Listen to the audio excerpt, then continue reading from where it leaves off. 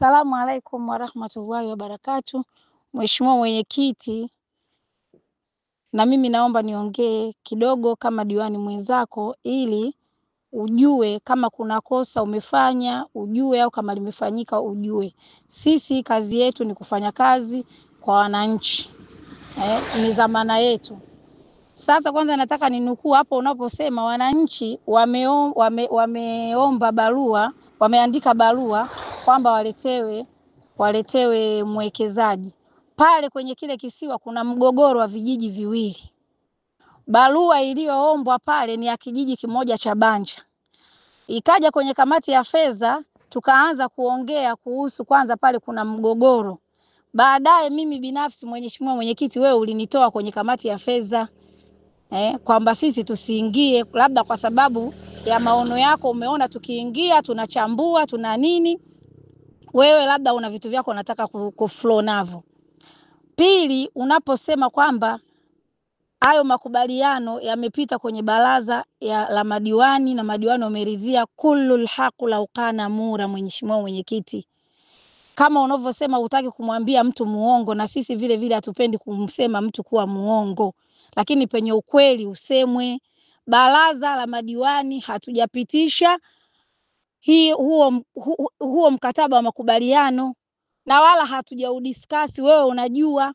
Alafu kablasha zinavyoenda chama zinakuja kote kwa waheshimiwa madiwani wote na tunazisoma, na kama hata hatuhudhurii vikao tunasoma. Hakuna hata kablasha moja liliojadiliwa kwamba process tunakuja kujadili mkataba makubaliano wa MO. Mpaka siku ya mkataba ule sisi madiwani tumealikwa mkataba tukaja, lakini tukawa tunajiuliza pale, mbona hatujapitisha kwenye baraza?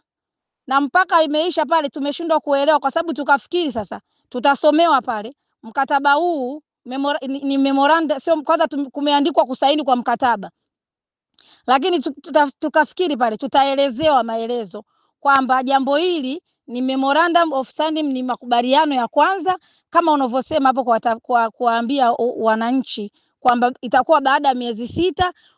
Tulikuwa tuambiwe sisi madiwani ambao ni ya maambasada wa wananchi, ili wananchi wetu wakituuliza tupate majibu ya kuwaeleza, lakini hamna. Tumetoka pale hatujui mkataba umesaini umekodishwa miaka mingapi, shingapi, hatujui. Mwekezaji tu kasimama pale kasema ataangalia watu waende pale wakafanya matambiko, atachuma mboga yao, ataangalia vijiji vyote viwili. Just like that. Si tukienda kwa wananchi tunawaambiaje? Mwekezaji kasimama pale kasema ataangalia vijiji vyote viwili miaka mingapi, shingapi. Lakini umetuletea shida kwenye makata yetu. Naongea hapa kwa sababu nina uchungu wa kata yangu ninakotoka, umetuletea mvurugano. Alafu umesababisha sisi madiwani wenzio kutuweka kwenye hali mbaya, kwa sababu wewe una vitu vyako vya siri unavifanya huko, hutuweki wazi.